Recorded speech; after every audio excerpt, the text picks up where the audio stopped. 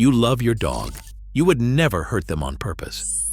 But 7 things you do every single day, things you think are pure love, are actually causing them stress and emotional pain.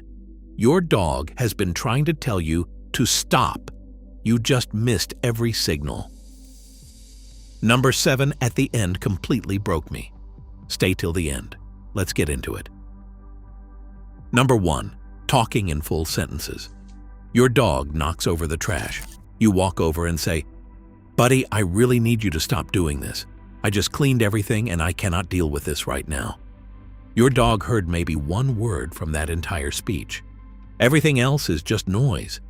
Dogs do not process grammar. They catch single words and tone. So what does your dog experience? The person they love most is standing over them, voice tight, energy frustrated, making sounds they cannot decode. They know you are upset, but they have zero idea why. So they guess, they sit, they lie down, they wag nervously. Nothing works. They freeze, and you think they are being stubborn. They are not stubborn. They are lost. The fix is embarrassingly simple. 1 word, off. Pause. 2 seconds. Watch their ears perk up.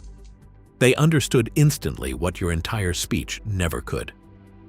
Clarity is kindness. Number 2. Petting on top of the head. You did this today, guaranteed. You reached over and patted your dog right on the top of their head. Feels natural, right? Now picture it from their side. A hand appears from above, drops into their blind spot, presses down on their skull. In the dog world, placing anything over another dog's head means one thing: dominance, control. It reads as "I am above you." Does your dog bite you? No. They tolerate it because they love you. But watch closely next time. Ears flatten, eyes shift, body stiffens for half a second. That is not pleasure. That is patience. Try this instead. Offer your hand low near their chest. Let them come to you. Scratch under the chin or behind the ears. Watch the difference. Eyes close, body melts. That is not tolerance, that is trust. Number 3. Forcing them to socialize. Saturday morning, dog park. 15 dogs running around. You are dragging your dog toward the group, saying, "Go play, make friends." For many dogs, that is like someone throwing you into a room of strangers and yelling, "Be social now." Not every dog is an extrovert. Some have a social battery that drains fast. When you force it, their cortisol spikes. They are not learning to be social. They are learning you will not protect them when they are uncomfortable. And that costs you something you cannot easily rebuild: trust. Watch your dog before the park. Pulling forward, body loose. They want it. Pulling back, licking lips, turning away. They are saying, "Not today." The best owner is not the one who makes their dog friendly. It is the one who hears "not today" and says, "Okay, we will just walk." Number 4. Hugging them. This one is going to start arguments. Americans love hugging their dogs. Every Christmas card, every Instagram post. But most dogs do not enjoy it. Dogs are flight animals. Their only survival strategy is to move, to escape. When you wrap your arms around them, you eliminate their only exit. Legs pinned, body locked. Researchers studied hundreds of photos of people hugging dogs. Over 80% showed clear stress signs, such as wide eyes with the whites showing, ears flat, jaw tight, and head turned away. That is not enjoyment. That is endurance. They sit through it because your happiness matters more to them than their own comfort. Try sitting beside them instead. Do not reach, just wait. Most dogs will lean into you on their own, press their body against yours, rest their head on your leg. That is affection on their terms. And here is the irony. When you stop forcing the hug, they start choosing it. Number 5. Leaving the TV on. You head to work and click on Netflix, thinking you are giving some company to your buddy. Sounds caring, but your dog's hearing is 4 times more sensitive than yours. That background noise to you is to them 8 hours of chaos. A doorbell in a commercial makes them sprint to the door, and nobody is there. A scream in a movie spikes their heart rate. A car crash sound effect. A gunshot. Every sudden noise triggers a micro-stress response. Cortisol is released. They scan the room, then it fades, until 30 seconds later, again and again. By the time you get home, your dog has not been resting. They have been on guard duty all day against invisible threats. If you want to leave sound, put on slow classical music, something with no surprises, no doorbells, or better yet, skip the sound and leave a worn shirt on their bed. Your scent does more for their nervous system than any screen ever could. Number 6. Punishing after the mess. You come home, couch cushion destroyed. Your dog is sitting in the corner, head low, eyes looking up at you. You point and say, "Bad dog," and they sink lower. You are certain they know what they did. That guilty face says it all, except it is not guilt. It was never guilt.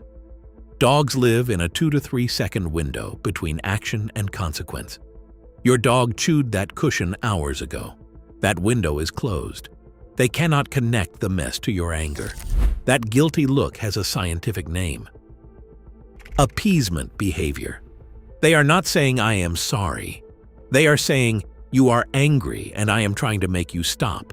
They make themselves small, avert their eyes, freeze, because stillness means safety when a bigger animal is upset. And here is what they actually learn. Not that chewing is wrong, that your return is unpredictable. And slowly, so slowly you might not notice, the excitement when you come home starts to fade. Not because they love you less, because your arrival now carries a question mark. See the mess, feel nothing, clean it up. Then ask the real question. Why did this happen? Boredom? Anxiety? Not enough exercise? Fix the cause, not the symptom. Number 7. Ignoring their greeting. This is the one I warned you about. It seems like the smallest thing on this list, but I believe it is the most damaging of all. You come home, your dog loses their mind. Tail spinning, body wiggling, pure joy. Every cell in their body is screaming, "You are here. I waited all day for this." And you go, "Hey buddy," and walk right past. Toss your keys on the counter, check your phone, pour some water. 3 minutes later, you finally sit down and give them a pat. Research shows that your dog's oxytocin levels begin rising 15 minutes before your usual arrival time. Their body chemically prepares for you. That moment you walk through the door is not just another moment. It is the moment, the peak of their entire day. And you walked right past it. Your dog does not understand tired from work. What they experience is simpler and more painful. My person came back and I was invisible. One time means nothing, but every Monday, every Tuesday, every day for years, each time leaves a tiny crack in your bond. And one day you will notice your dog does not run to the door anymore. They lift their head, maybe wag once. You will think they are just getting older. They are not getting older. They stopped offering the most vulnerable part of who they are because it kept getting ignored. The fix takes 30 seconds. Walk through that door tonight. Do not touch your phone. Get on their level, hands on their chest. Look them in the eyes. Say, "I missed you." Not because they understand the words, but because they understand everything else. 30 seconds, less time than checking your notifications. But for your dog, it means everything. If you saw yourself in even one of these, that does not make you a bad owner. It makes you someone who just learned something new about the animal they love.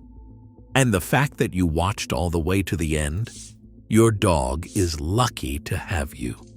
Now drop a comment and tell me which number hit you the hardest. I read every single one. You have been watching Ryan, Dog Psychology. Hit subscribe so you do not miss what is coming next. I am building something here. a place where we finally see the world the way our dogs do.